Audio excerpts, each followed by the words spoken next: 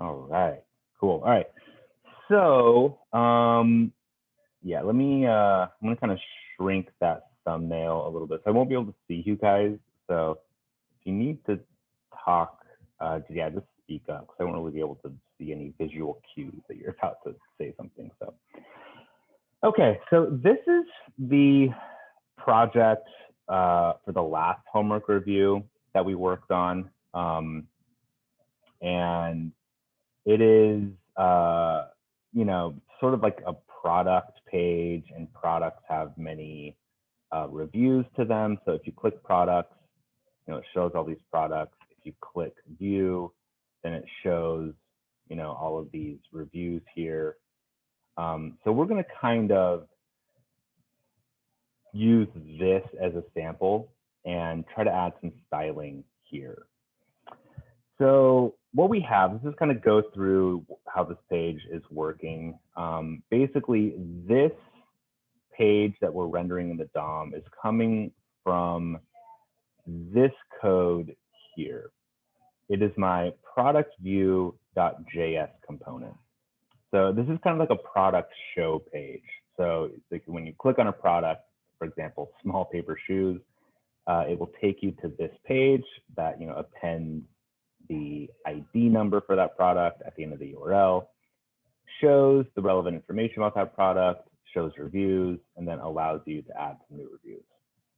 So if we kind of just look at a return statement here, we can see all of that happening. So we can see that we're rendering all of the product data here. I'm rendering these inside of a header tag, which I believe is being pulled from Semantic UI. So it's probably some kind of a styled H1 or H2 component. Oh yeah, cool. Yeah, so yeah, I forgot that in Semantic you can designate the specific heading tag in HTML for the header, so you can set it as an H1, H3, H2, etc. Yeah, so that's what I have going on here. So I'm pulling product name, product department, product price, and then I am rendering my reviews here, which if we go to here, you can see that I'm mapping over the reviews that I'm grabbing from my Axios call, and then rendering the reviews themselves. So this reviews title with the exclamation point is hard coded inside of product view.js right here. And then my reviews themselves are being rendered here. And so they're being called in the product view.js file inside of that component, but the code is here. So, you know, we've got the review body, which is this. We have the heading, which is, let's see, review body. Oh, the rating heading, which is this, and the rating number, which is this. So you see, I kind of already just really briefly this morning went through and added some styled components, and I didn't add any CSS to it really, but let's kind of go through some things that we can do. So what I want to do with this page first is you can see how we're looking at this review body, review heading, and rating number. Let's just kind of look really quick at what I did. So a best practice for CSS, in my opinion, and this is a pretty standard practice, is, you know, you want to kind of have all of your styles, all of your CSS sheets or your CSS files. In this case, they'll be JavaScript files because we're doing styled components, but you want those to be inside of a folder. It's typically called styles. And then what I like to do is I like to create a styles file that holds all of the styled components for each of my React components in a separate file. So for example, I would have like a product view.js component, which is right here.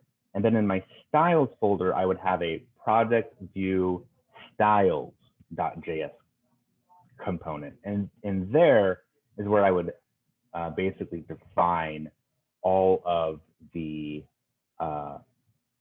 styled components that I want to use inside of here. On top of that, though, and this is also a really good best practice, is to have sort of an overarching parent global styles.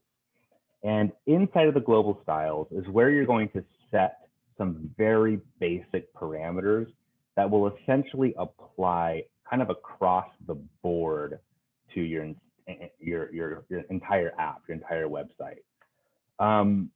One of those things is I like to define a container that I basically wrap my entire application in.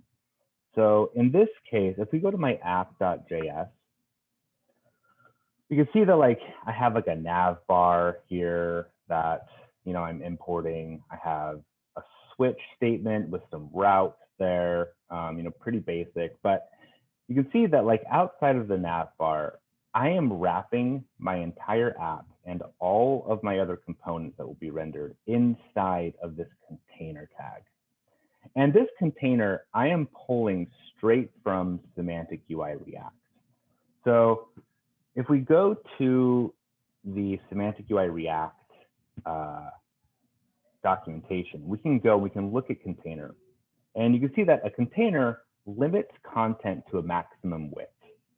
And so typically when you're creating an app, you want everything in your app to basically kind of keep the same margin. You don't want the content to go outside of sort of a universally accepted width. And that's what wrapping your entire app in a fixed width container does. Most websites will have some kind of a container that will wrap the entire site and keep everything inside of it. And when you do that, even if you set something to a width of say 100% or something, it's going to by default be inside of that container and it won't go outside of it. So we could set something, inside of product view.js to 100%, and it will still stay within our container here inside of app.js. So this container is just the container that comes with Semantic React. So you can see that the way you use it is you just use the container tag. So this container in Semantic UI has some CSS already applied to it. I don't know exactly what the parameters are for it. I know that it's responsive, so it has a lot kind of going on behind the scenes. But whenever you're using a UI library, it's always best, at least in my opinion, to first go and look at how they lay things out inside of that library. So in Semantic UI, they basically do two things. They use container, and then they use this other thing called grid, which we'll talk about in just a little bit. But yeah, container is a really, really important thing. So yeah, I wrap my entire app inside of the container, then everything else will sort of fit inside of that. So let's go back to here. So you can see that the container is this right here. I think Semantic UI automatically adds this border around the container. You can see it has this sort of set width. So as I stretch out my window, you can see that the width of this container doesn't change. It just stays centered in the screen. But you can see that it does shrink and grow as I move it like this. That's because it's responsive, but at a certain point, it stops growing.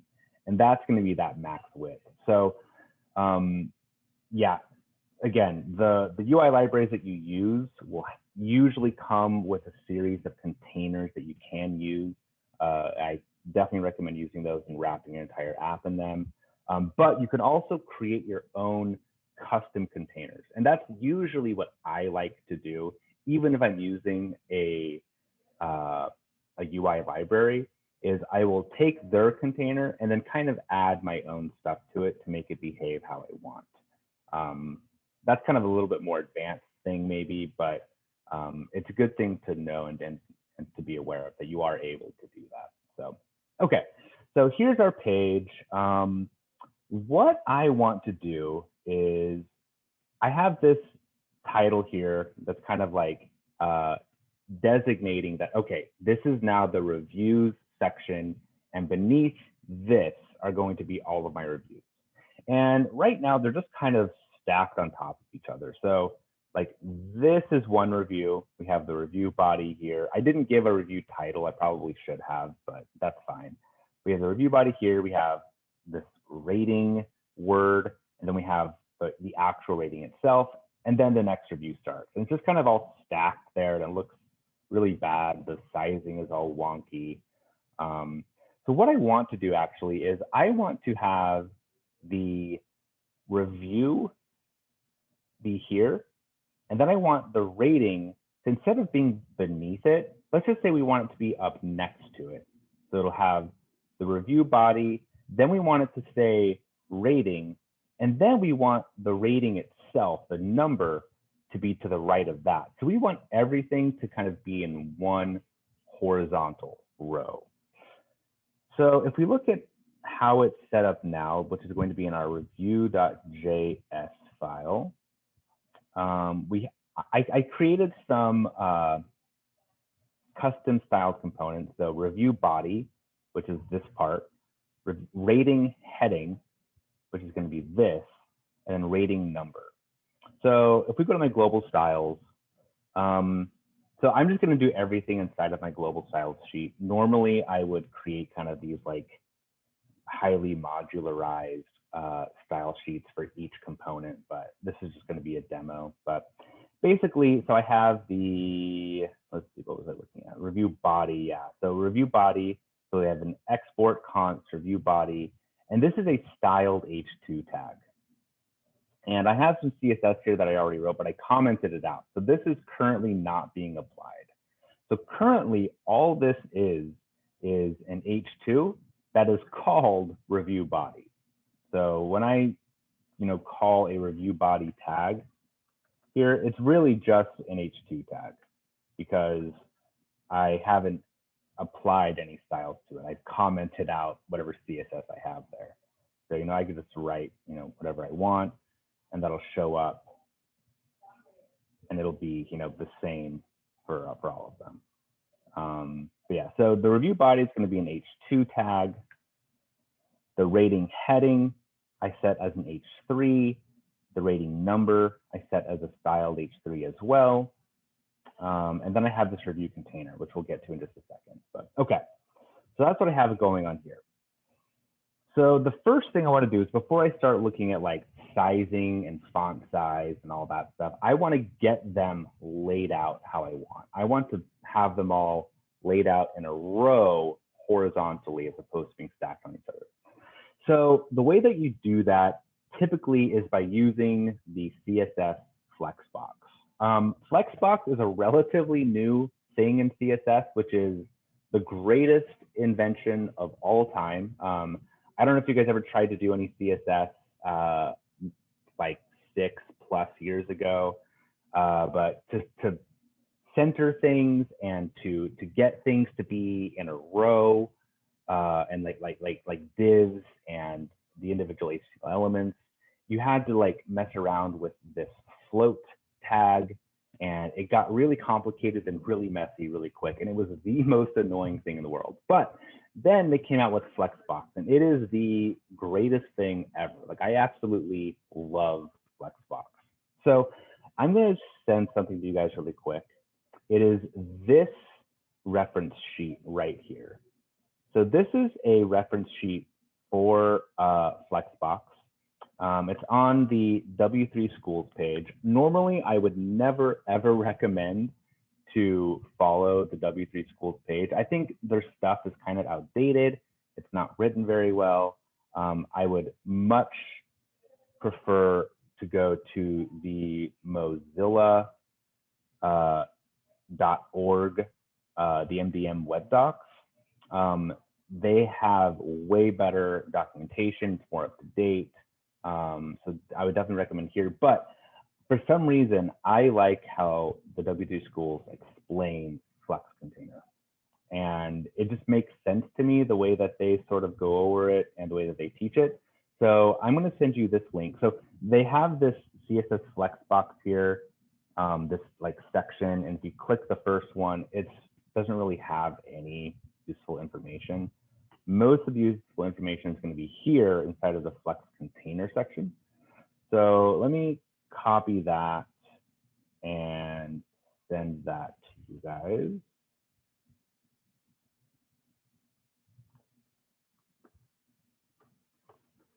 Normally wouldn't recommend W3 schools, but their Flexbox description is pretty good. All right, so this is a really good reference. Okay, so essentially the way that Flexbox works is when you have some items that you want to move around, and you want them to move around in relation to each other, you're going to put them inside of a container that is going to be set to a Flexbox. And Flexbox allows a ton of control over the items inside of it. You can stack them, you can make them into kind of like a diagonal line, you can change like the height that they are in regards to each other. You can basically place them however you want, but that includes being able to place them inside of a row.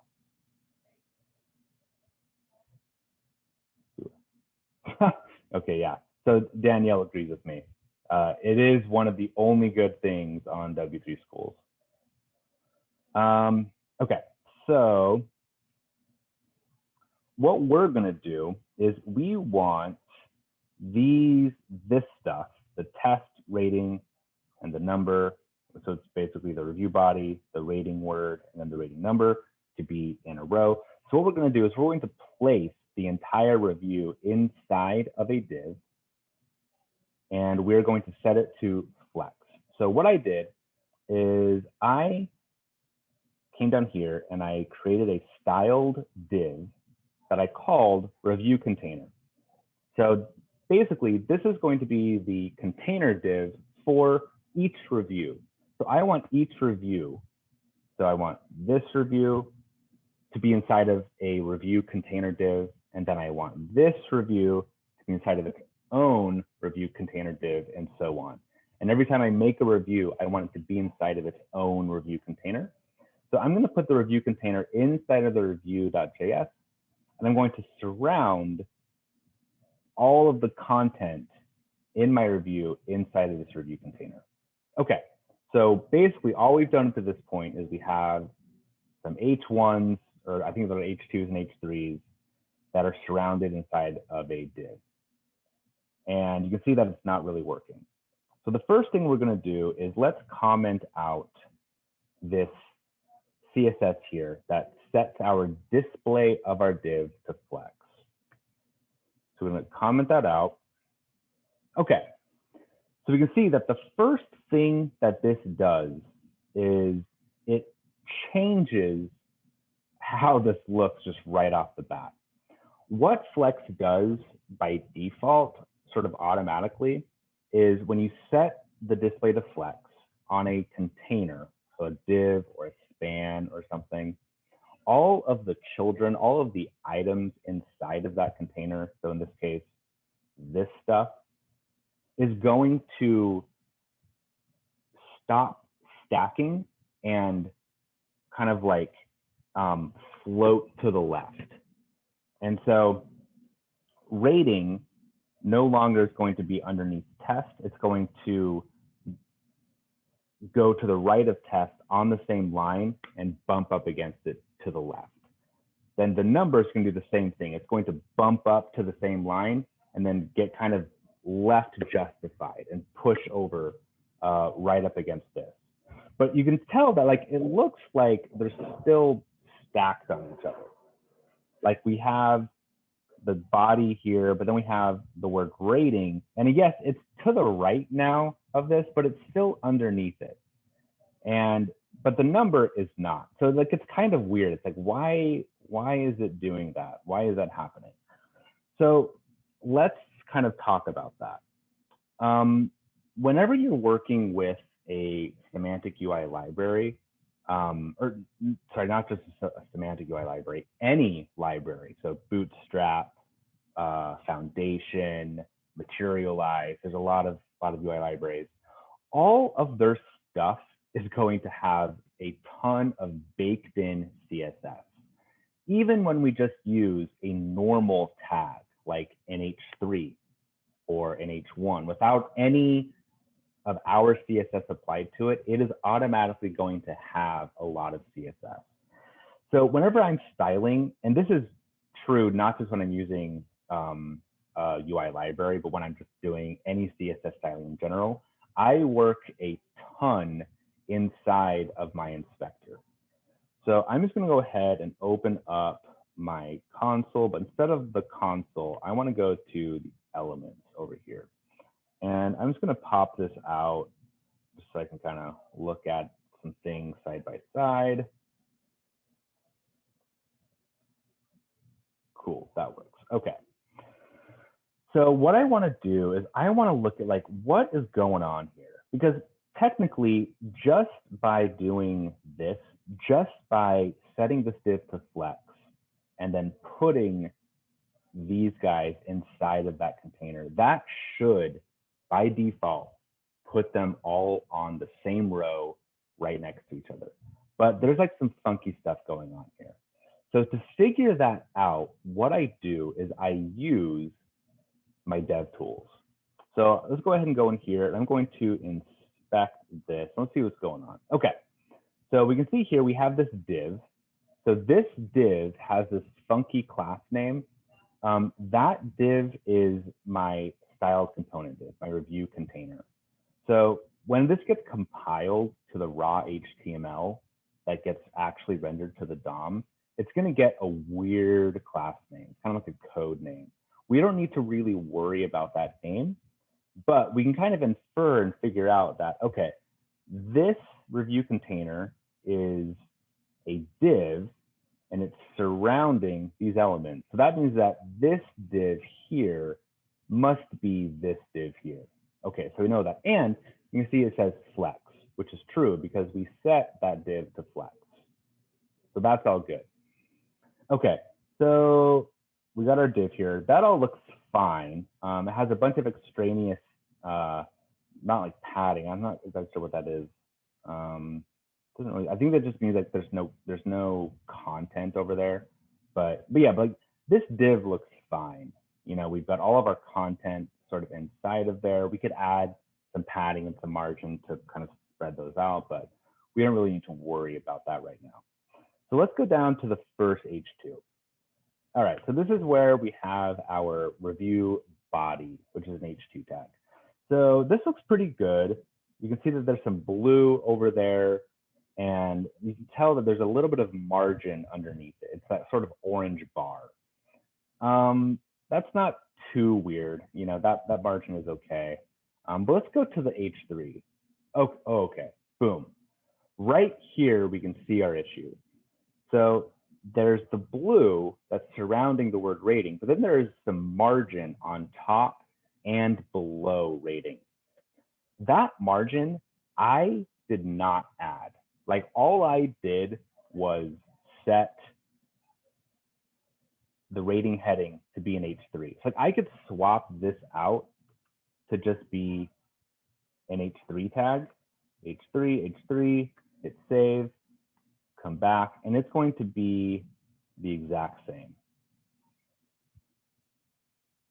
Cool. So you can see there that it looks the exact same, even though I just swapped it out. That's because the H3 in my global styles, or sorry, not the H3, the rating heading is a styled H3, but it doesn't have any CSS being applied to it. This is commented out.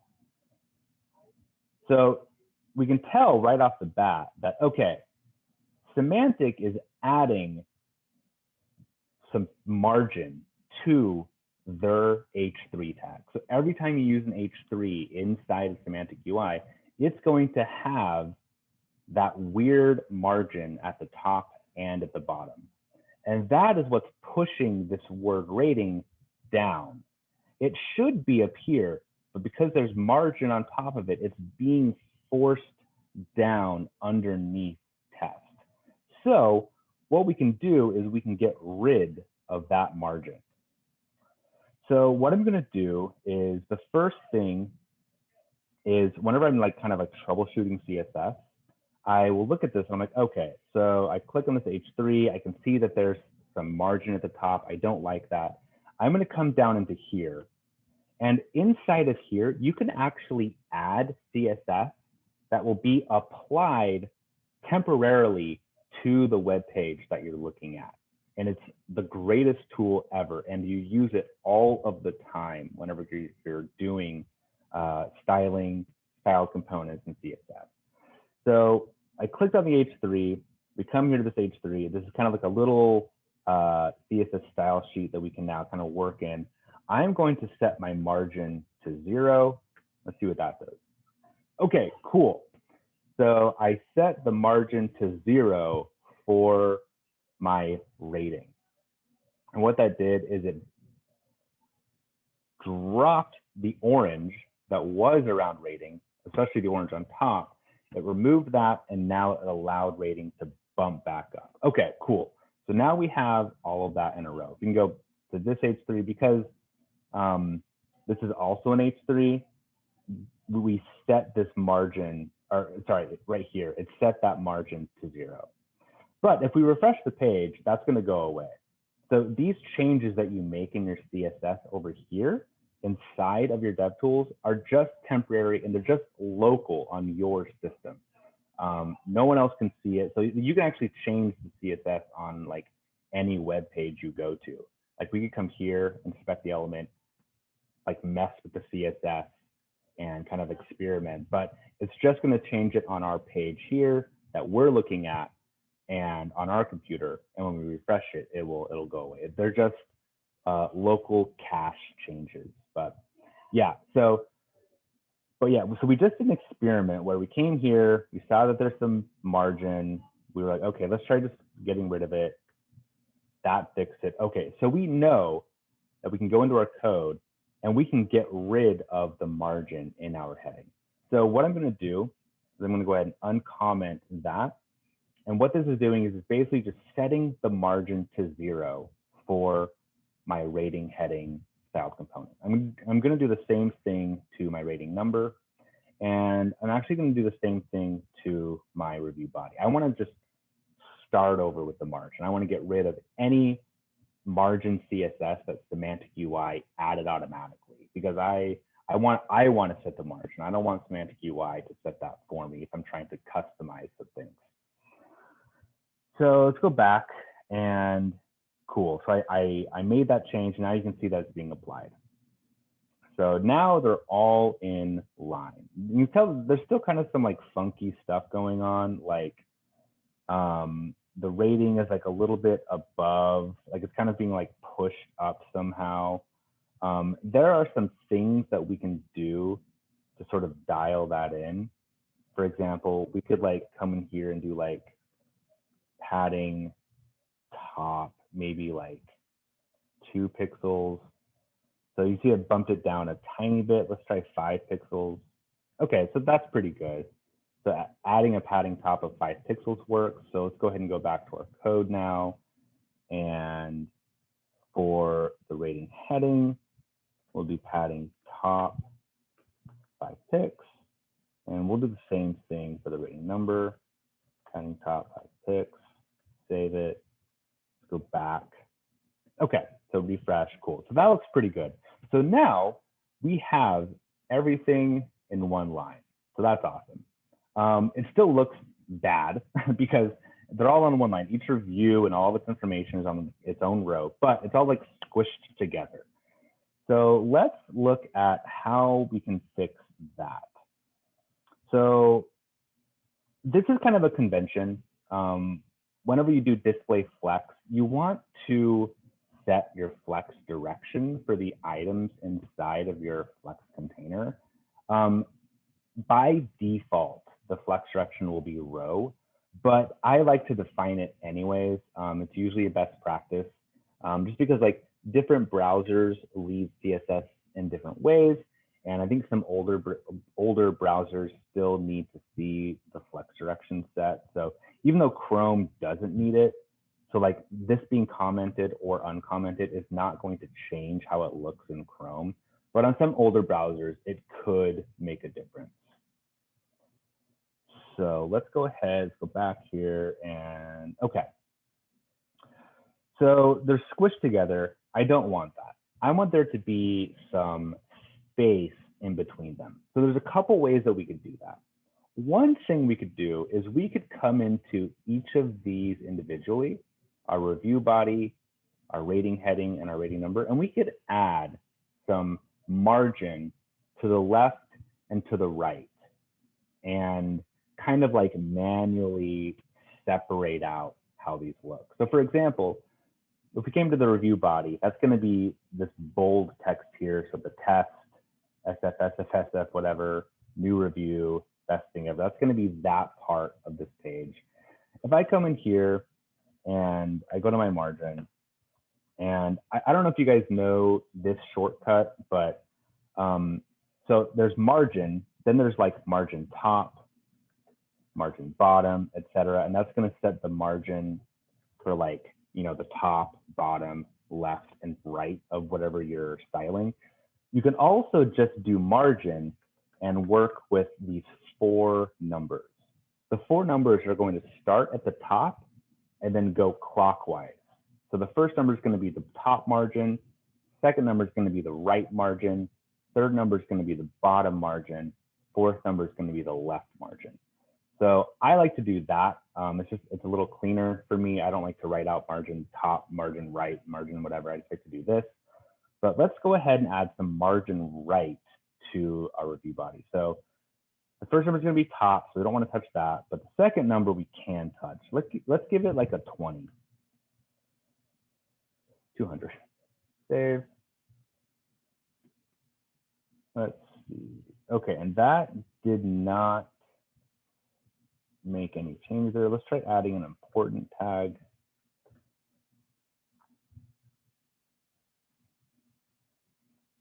Okay, so it did not, so that did not work. And that's actually okay, because now we can like kind of come in here and troubleshoot what we can do to get these to kind of space out using margin. So let's come in here and I'm going to try adding padding right. So I like to always come into here and like just mess around in my dev tools. This is like, especially when you're doing your final project where you're trying to style something in a really detailed way to make it look as professional as possible. Like you will just kind of live like right here in this zone. But yeah, let's have some padding right. We'll do 20 pixels. Okay, so margin wasn't the answer, but padding was the answer. So, and a lot of times, like I would just kind of experiment with things. If like the margin's not doing what I want it to do, this just kind of comes from experience. From like, okay, I know that like padding will sometimes get me there, even if margin doesn't. So let's go ahead and go back in here and let's change this to padding, but I'm going to do 0, 20, 0, 0. We'll hit save. And then if we go back to our thing, save, oops, and refresh. Okay, that also did not work. Okay, let's see what's going on. So come here. So we set that padding to be, go inspect, H2 class. What is it saying? Invalid. Oh, I think we need to add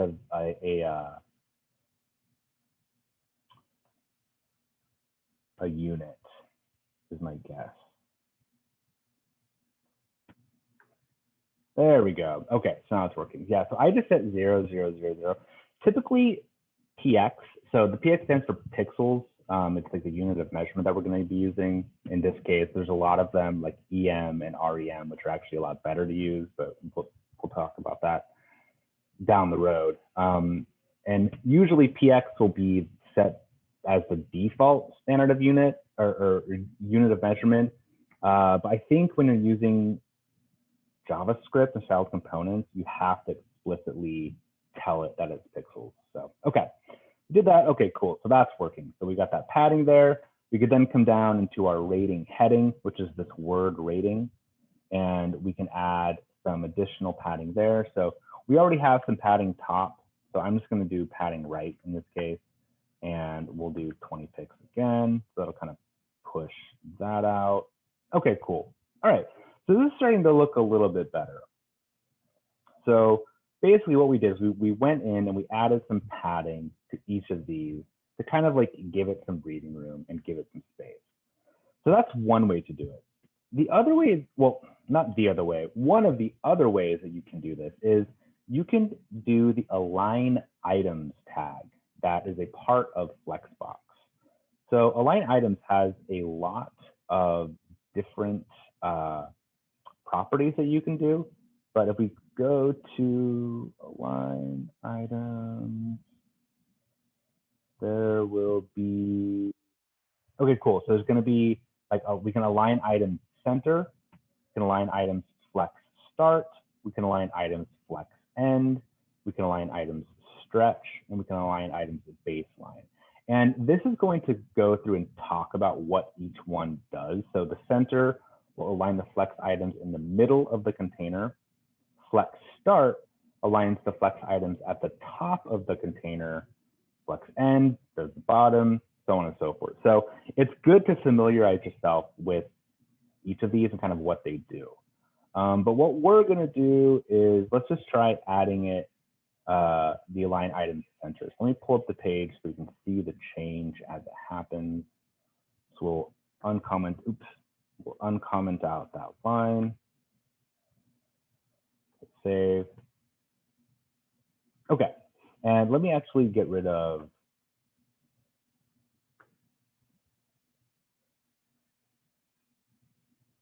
that. Let's see, align item center. Let me try align center. Okay, I'm not sure why that one didn't work. Align item. Is it the padding top? Right here? Yeah. It might be. Let me comment that out and see. No, it's not that. Oh, let me try coming. Like, because that's just gonna bump the number 5 down. Like, it's not, that shouldn't be what it's doing. It's going. And by the way, like, I am not like a Flexbox like expert. Like, in fact, almost always when I use Flexbox, I will open this page and I come through here and I'm like, and I read through the documentation, like, okay, like, what do I need here in order to, like, to get this going? Oh, I think I know what the issue is. So align items, I think aligns items vertically. And so it's gonna align things vertically inside of the row. So it'll be like centered vertically based on the top and bottom.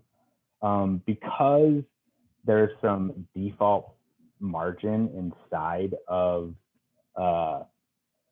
semantic, it aligns them vertically and then applies the margins. That's why they're not really aligned vertically in here when we look at it visually, but code-wise they are. But I think justified content is what we want in order to align things horizontally. There we go. Okay. Cool. So justified content, that's how we do the horizontal alignment. So instead of align item center, let's change this to justify content. Save. Go back to our page. Okay, cool.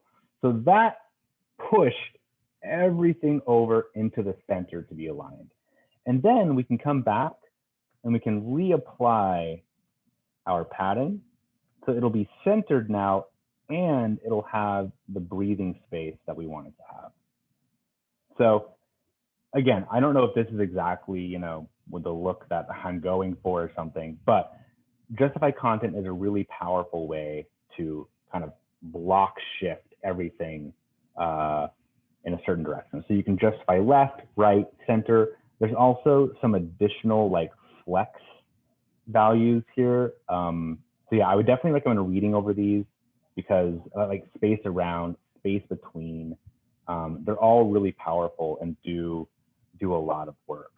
So okay, cool. So what we got is, let's see. All right, so we got our reviews here. They're centered. I don't really want to center them though, so I'm just gonna comment that out. We'll bring it back over to the left. Cool, but yeah, that looks like pretty good. So then I just kind of added some additional things just to sort of like make it a little more obvious. So like the review body, I changed the font size to 20, the color to red. I mean, this is like terrible design choice, but I just kind of like am doing this just, I don't know, to make a point, just to show that you can change things. We'll change that font size. We'll change this font size. And okay, cool. All right, so now we can kind of tell, okay, so the reviews are red. We have the rating word and we have like number 5. So just with like this much CSS, we were able to change it from everything being stacked together and looking like really funky to getting each review with all of its content on their own individual lines and kind of adding some breathing room, changing some colors. You can see like the padding is a little funky. I think, I'm not sure exactly. I think if we come here and maybe do, if we maybe add 5 pixels there, that might look a little better. Yeah, there we go. So now it's all in line. So that's pretty good. But yeah, so again, like that's kind of my workflow when I am doing CSS is I come into here, I will inspect elements, I will mess around writing CSS inside of here just to kind of like see how I want things to go. Once I get it working in here, then I will go actually into my code, code it out, and then I kind of just repeat that process. But yeah, do you guys have any questions about that process, or kind of like what we just went over?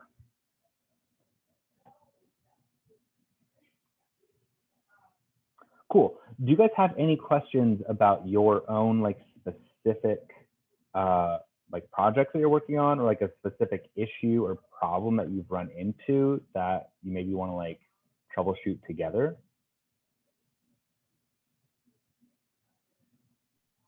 I have an issue, but mine's separate from this, and it was something I had during the hackathon. I'm trying to run a new model because I think we talked about it the last time we were building out our apps. I had to add like more stuff to it, so I was trying to add models today because I couldn't the last time, but I still can't add any. I'm getting that same error that James tried to help me fix last time. Gotcha. Okay, so you try to do like Rails G model and it doesn't work? Yeah, I get a traceback error or something like that. Okay, gotcha. Yeah, let's look at that in just a second. Maybe like as soon as this homework review is done, we'll go over that. But does anyone have any like CSS specific questions?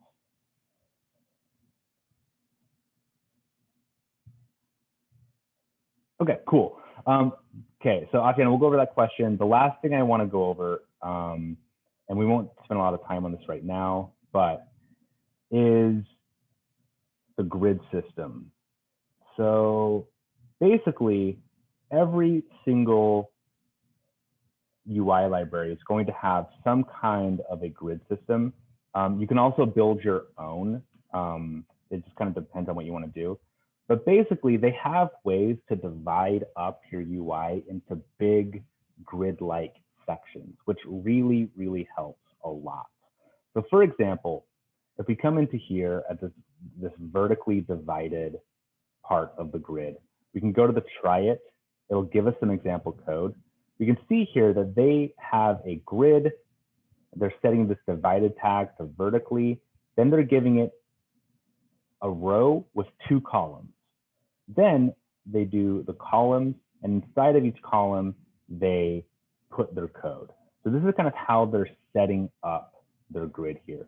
This is a really good way to kind of lay out how your general page layout is going to be. So for example, if we come to this page here, we can see already that there's kind of a grid on this. If we're just looking at this from a design perspective, we can see like, okay, this nav bar is probably 1 row.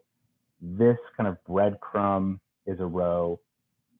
Here, down here is kind of its own grid. So we have like a column here that has a table of contents. Then we have another column here. And inside of that column, we have a row here with that content. And then we have maybe another row that has like that content, then another row that has that content. And you can kind of break all of that up using this grid system here.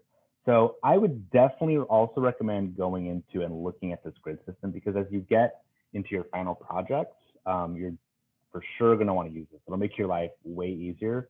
We'll go into it more in depth later, but yeah, I totally recommend starting to look at this.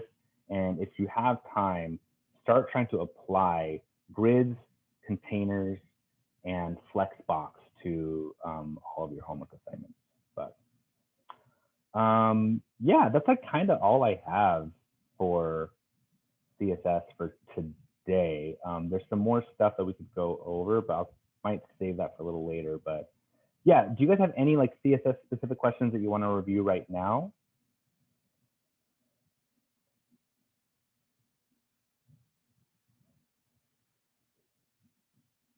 Okay, cool. I'm gonna go ahead and stop the recording.